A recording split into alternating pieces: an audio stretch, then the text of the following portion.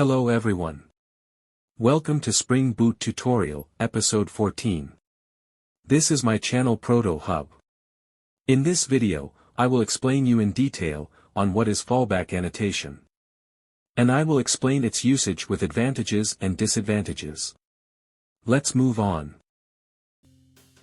First of all, let's give a detailed introduction on fallback annotation. This is an essential feature used in software development to provide a default method when the primary method fails or is unavailable.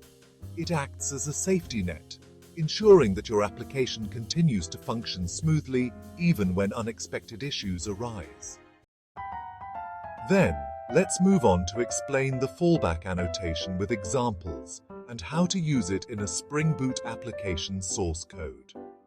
In Spring Boot, the fallback annotation can be implemented to handle failures gracefully.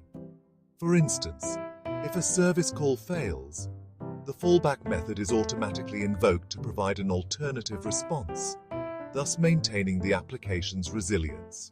Also, it's crucial to explain where to use this annotation and where not to use it. Fallback annotations are particularly useful in scenarios where service reliability is critical.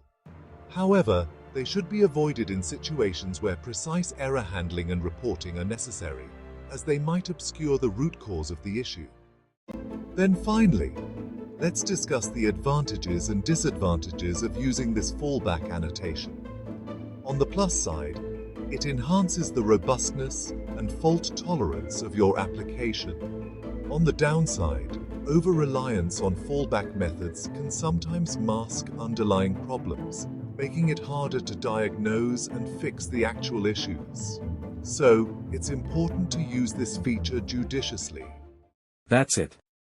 In this video, we have seen what is fallback annotation and its advantages and disadvantages. See you in next episode. Bye.